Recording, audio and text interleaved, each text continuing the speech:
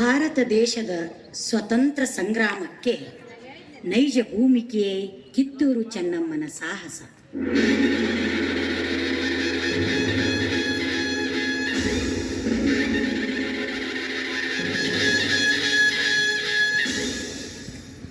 ಅದು ವಿದ್ಯುಕ್ತವಾಗಿ ಉದ್ಘಾಟನೆಯಾದದ್ದು 1857 ಮಾರ್ಚ್ 29.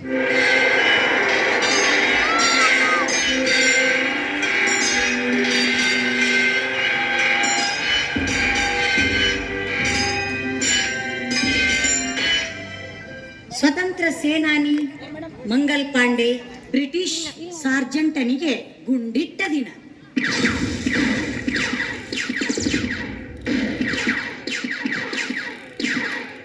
ಸ್ವತಂತ್ರದ ಕಿಚ್ಚನ್ನು ವೀರೋಚಿತವಾಗಿ ಹೊತ್ತಿಸಿದ ಈ ರಣಯಜ್ಞಕ್ಕೆ ಆಹುತಿಯಾದವರು ಝಾನ್ಸಿ ರಾಣಿ ಲಕ್ಷ್ಮೀಬಾಯಿ, ಬಹದ್ದೂರ್ ಶಾ, ಕನ್ವರ್ ಸಿಂಗ್, ಟ್ಯಾಟ್ಯಾ ಟೋಪಿ ಮೊದಲಾದ ಅಸಂಖ್ಯಾತ ವೀರರು.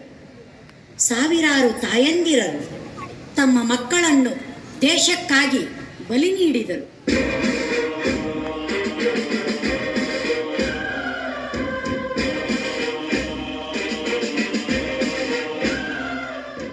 ಅನೇಕ ಮುತ್ತೈದೆಯರು ಮಂಗಳಮಯ ತಾಳೆಯ ಮುತ್ತುಗಳನ್ನೇ ನಾಡಿಗಾಗಿ ಅರ್ಪಿಸಿದರು.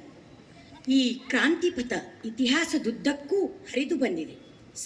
ಸಹಸ್ರ ಜನರ ಪ್ರಾಣ ತ್ಯಾಗದಲ್ಲಿ, ಲಕ್ಷಾಂತರ ಜನರ ಯಾತನೆಯಲ್ಲಿ, ದಟ್ಟ ದಾರಿದ್ರ್ಯದ ಮಧ್ಯದಲ್ಲಿ ಸ್ವತಂತ್ರದ ಗುಲಾಬಿ ಅರಳಿದುದೇ ಇಲ್ಲಿಯ ವಿಶೇಷ.